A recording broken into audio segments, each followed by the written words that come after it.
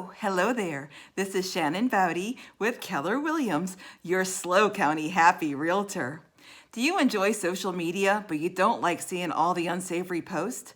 There's a way to fix that where you can still enjoy seeing the posts you want to see with this pretty easy fix I'll show you in this short tutorial. Okay, let's say you're happily scrolling through Facebook, looking to see what's going on in people's lives or what they're posting that's funny, and you come across a post that's somewhat offensive and you never want to see a post like that again.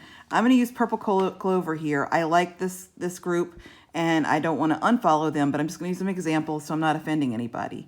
You see these three little dots in the upper right corner?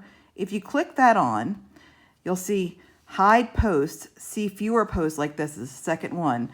If you click that on, then you'll stop seeing posts that are like the content in this post, and then you won't see anything like that anymore. Then if you have maybe a friend that posts things that you don't like to see, you could choose two options.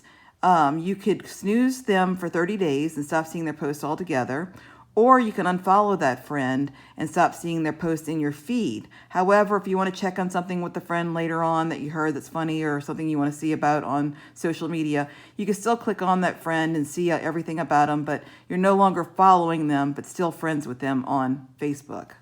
So I hope you found this little tutorial interesting and something that you can use in your social media. And if you ever have any questions on social media or on real estate, please feel free to reach out. I'll be happy to answer your questions. Once again, this is Shannon with Keller Williams, your SLO County happy realtor.